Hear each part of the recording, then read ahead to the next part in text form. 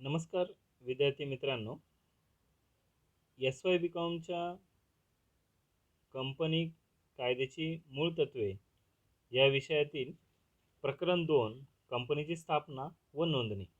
कंपनीची स्थापना आणि नोंदणी करण्यासाठी कायदेशीर बाबींची पूर्तता करणे आवश्यक असते. त्याचबरोबर कंपनीची स्थापना करत असताना विशिष्ट सभासदांची आवश्यकता असते. म्हणजे खाजगी कंपनीसाठी 2, सार्वजनिक कंपनीसाठी कमीत कमी 7 आणि एक व्यक्तीसाठी 1 व्यक्तीची आवश्यकता असते. आणि या सगळ्या लोकांनी कंपनीच्या घटनापत्रकावर सही केलेल्या असाव्या. असं असेल तर त्या कंपनीची स्थापना ही कायदेशीररित्या होण्यास सुरुवात होते. आणि ही सगळी माहिती कंपनीच्या नोंदणी अधिकाऱ्याला दिली जाते आणि नोंदणी अधिकाऱ्याच्या माध्यमातून खाजगी कंपनीला नोंदणी प्रमाणपत्र मिळाल्यानंतर व्यवसाय सुरू करता येतो आणि सार्वजनिक कंपनीला व्यवसाय प्रारंभ दाखला मिळाल्यानंतर कंपनीची स्थापना करता येते. अशा पद्धतीने आपण 2 संख्यानुसार जे प्रकार पडतात त्या दोन्ही कंपनीची स्थापना आणि नोंदणी बघू शकतो. त्याचबरोबर कंपनीची स्थापना ही 3 परिस्थितीमध्ये केली जाते. मग या 3 परिस्थितीमध्ये 3 प्रकारच्या कंपन्या या कंपनी कायद्यातील अटींची पूर्तता करत असतात. एक, भागाने मर्यादित कंपन्या, हमीने मर्यादित कंपन्या आणि अमर्यादित कंपन्या. या 3 परिस्थितीमध्ये कंपन्यांची स्थापना केली जाते. मग ह्या प्रकरणामध्ये आपल्याला कंपनीची स्थापना व नोंदणीतील अवस्था या प्रामुख्याने बघायचे आहे. त्याच्यामध्ये प्रवर्तन, कायदेशीर स्थिती व नोंदणीपूर्व करार, तसंच कंपनीची नोंदणी करणे, प्रक्रिया, दस्तऐवजे व नोंदणी प्रमाणपत्राचे परिणाम, भांडवल उभारणी आणि व्यवसाय प्रारंभ दाखला या 4 अवस्था पूर्ण केल्यानंतर सार्वजनिक कंपनीला आपला व्यवसाय सुरू करता येतो. यातील पहिल्या 2 अवस्था पूर्ण केल्यानंतर खाजगी कंपनीला आपला व्यवसाय सुरू करता येतो. परंतु आजच्या या लेक्चरमध्ये आपण सुरुवातीला पहिल्या अवस्थेचा विचार करूया, प्रवर्तन अवस्था, ज्यामध्ये प्रवर्तन, कायदेशीर स्थिती व नोंदणीपूर्व करार. नोंदणी अवस्थेच्या आधीपर्यंत कोणकोणत्या बाबी या प्रवर्तकाला पूर्ण कराव्या लागतात. आता सुरुवातीलाच अनेक व्यक्ती एकत्र येऊन कंपनीची स्थापना करतात. कंपनीची स्थापना ही कायदेशीर व महत्त्वाची प्रक्रिया आहे. स्थापनेतील विविध अवस्था पार पाडल्यानंतर कंपनीची रीतसर स्थापना करता येते. यालाच कंपनीचे प्रवर्तन असे म्हणतात.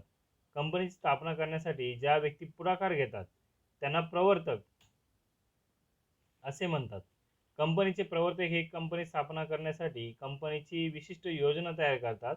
आपल्या मित्रमंडळींना व हितचिंतकांना कंपनीचे भाग भांडवल खरेदी करण्याचे आवाहन करतात आणि घटनापत्रक आणि नियमावली तयार करून शेवटी नोंदणी अधिकाऱ्याच्या कार्यालयात महत्त्वाची कागदपत्रे दाखल करतात. नोंदणी अधिकाऱ्याकडून नोंदणी दाखला किंवा प्रमाणपत्र मिळाल्यानंतर व्यवसाय सुरू करतात. खाजगी कंपनीला नोंदणी दाखला मिळाल्यानंतर लगेच व्यवसाय सुरू करता येतो, तर सार्वजनिक कंपनीला आणखीन एक दाखला प्राप्त करावा लागतो. त्याला व्यवसाय प्रारंभ दाखला असे म्हणतात. हा दाखला मिळाल्यानंतर सार्वजनिक कंपनीला व्यवसाय सुरू करता येतो. कंपनीच्या स्थापनेमधील विविध अवस्था या सांगण्यात आलेल्या आहे. त्यातली ही पहिली अवस्था. यामध्ये प्रवर्तन अवस्था ही कंपनीच्या स्थापनेतील पहिली अवस्था आहे. यामध्ये एक किंवा अनेक व्यक्ती एकत्र येऊन व्यवसाय सुरू करण्यासंबंधी विचार विनिमय करतात. एखादा व्यवसाय सुरू करण्यासाठी संधी शोधल्यानंतर कंपनीचे प्रवर्तक गांभीर्याने सखोलपणे विचार करतात. व्यवसायाचे स्वरूप, व्यवसायाचे ठिकाण, लागणारे भांडवल, मनुष्यबळ, यंत्रसामुग्री इत्यादी बाबींचा विचार करतात व आपल्या व्यवसायात अधिकाधिक नातेवाईक, मित्रमंडळी व इच्छुक गुंतवणूकदार यांनी भांडवल उभारणीत सहभागी व्हावे असे आवाहन करतात. थोडक्यात एखादी कंपनी वास्तवात आणण्यासाठी जे कष्ट उपसावे लागतात ती अवस्था म्हणजे कंपनीचे प्रवर्तन होय. थोडक्यात व्यवसाय करण्यासारख्या विविध संधींचा शोध व त्या अनुषंगाने पैसा, मालमत्ता व व्यवस्थापकीय व्यक्ती या सर्वांचे एखाद्या संस्थेत संघटन करून त्याद्वारे नफा मिळवण्याच्या प्रयत्नांना प्रवर्तन असे म्हणले जाते.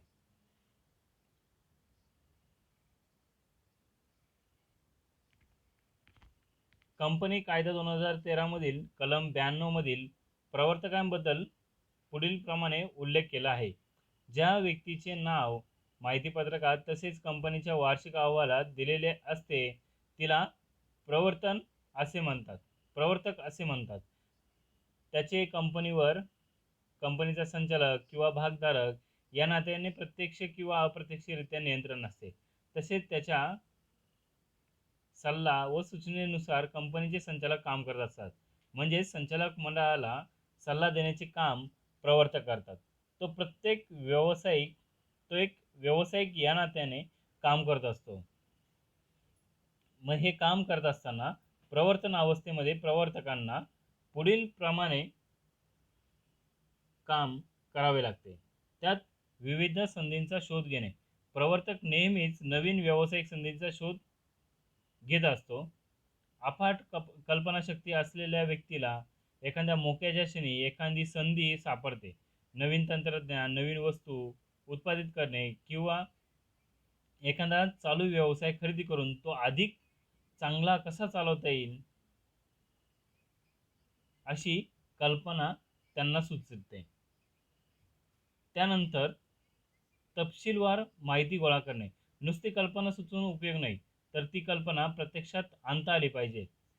म्हणून सुचलेल्या प्रत्येक कल्पनेचे परीक्षण व्यवहार्य व लाभदायकता या दोन कसोट्यांच्या आधारावर केले पाहिजे. त्यासाठी प्रवर्तकाने उत्पादन प्रक्रिया, विपणन प्रक्रिया, अर्थपुरवठा, कायदेशीर बाबींची पूर्तता इत्यादी क्षेत्रातील तज्ज्ञांकडून आवश्यक ती माहिती गोळा केली पाहिजे आणि त्या मार्गदर्शनानुसार कार्य केले पाहिजे. त्यानंतरचं काम साधनसामुग्रीची जुळवाजुळव. तपशीलवार परीक्षणाच्या आधारे सुचलेली कल्पना व्यावहारिक व नफ्याची आहे हे पटल्यानंतर प्रवर्तक कंपनी स्थापनेच्या दृष्टीने विविध घटकांची जुळवाजुळव करतो. यामध्ये संस्थापक सभासद मिळवणे असतील, त्यांच्यापैकी काहींना संचालक म्हणून काम करण्यास प्रवृत्त करणे असेल, किंवा कंपनीचे नाव निश्चित करणं असेल, कंपनीसाठी योग्य जागा निवडणे असेल, आवश्यक मालमत्ता खरेदी करण्यासाठी प्रारंभी करणं असेल, किंवा कंपनीसाठी बँकर्स व कायदेशीर तज्ज्ञांची नियुक्ती करणे इत्यादी काम ह्या साधनसामुग्रीच्या जुळवाजुळवीच्या ह्या तिसऱ्या टप्प्यामध्ये हे तिसरं काम त्या प्रवर्तकाला करावं लागतं. त्यानंतर अर्थपुरवठा. कंपनीच्या नियोजित व्यवसायासाठी किती भांडवल लागेल हे तज्ज्ञांच्या मदतीने ठरवण्यात येते. त्यानंतर त्यांना भांडवल उभारणीची निश्चित योजना तयार करावी लागते. भाग व कर्जरोख्यांपासून किती भांडवल गोळा करावे हे त्यांना ठरवावे लागते. त्यानंतर दस्तऐवज तयार करणे. कंपनीच्या नोंदणीसाठी आवश्यक असलेले दस्तऐवज प्रवर्तकांना तयार करावे लागतात. त्यात प्रामुख्याने घटनापत्रक, नियमावली, माहितीपत्रक, प्रारंभिक करारांचे मसुदे, भाग विम्याचा करार इत्यादींचा समावेश होत असतो.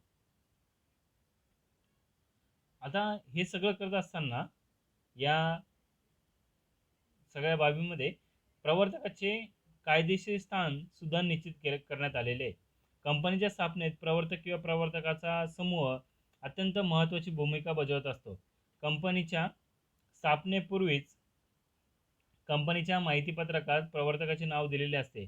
त्याचप्रमाणे कंपनीच्या वार्षिक अहवालात सुद्धा कलम 92 प्रमाणे त्याचे नाव समाविष्ट करण्यात आलेले असते.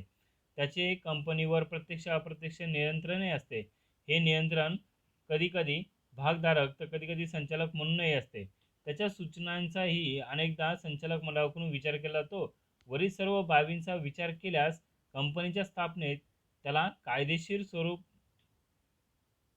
स्वरूपात स्थान प्राप्त झाले असं म्हणता येईल.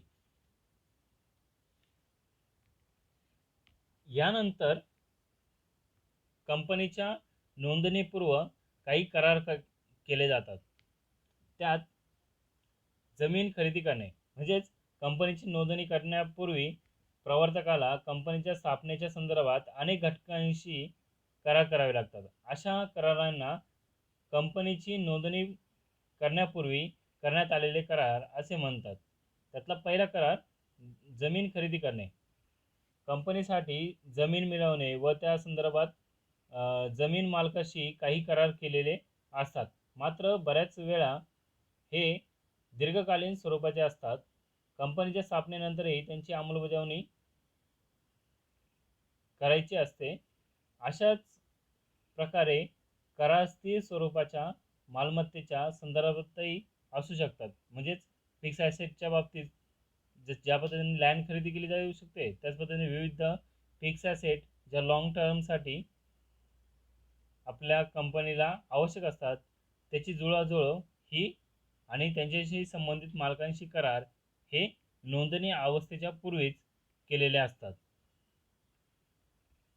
दुसरा करार कंपनीसाठी कर्ज घेणे. कंपनीची स्थापना होण्यापूर्वी अनेक प्रकारच्या कारणांमुळे कंपनीला मोठ्या प्रमाणावर आर्थिक पाठबळ उभे करावे लागते. त्यासाठी कर्जदारांकडून कर्ज घ्यावे लागतात. कर्ज घेण्यासाठी प्रवर्तक कंपनीतर्फे अनेक प्रकारचे करार करतात. हे करारही कंपनीच्या स्थापनेपूर्वीच केलेले असतात, म्हणून त्यांनाही नोंदणीपूर्व करार असे म्हटले जाते. याकरता कंपनी वित्तीय संस्था असतील, बँका असतील किंवा अजून ज्या ज्या कर्जरोख्यांच्या माध्यमातून कर्ज उभं करण्याचा, आर्थिक पाठबळ उभं करण्याचा प्रयत्न करत असते. त्यानंतर तिसरा करार भाग विमेकऱ्याशी करार करणे. सार्वजनिक कंपनीला किमान भांडवल मिळवल्याशिवाय व्यवसाय सुरू करता येत नाही, परंतु अनेकदा लोकांना आव्हान करून सुद्धा किमान भांडवल मिळवता येत नाही. हे किमान भांडवल मिळवण्यासाठी कंपनीचा प्रवर्तक भाग विमेकऱ्यांशी करार करून कंपनीला किमान भांडवल मिळवून देण्याची हमी हे मिळवत असतो आणि कंपनीला किमान भांडवलाची तरतूद कंपनीच्या नोंदणीपूर्वीच बऱ्याचदा करावी लागते. ती या कराराच्या माध्यमातून सहजरित्या करता येते. अशा पद्धतीने कंपनीच्या स्थापनेतली किंवा कंपनीच्या नोंदणीतील पहिली अवस्था या ठिकाणी पूर्ण होते.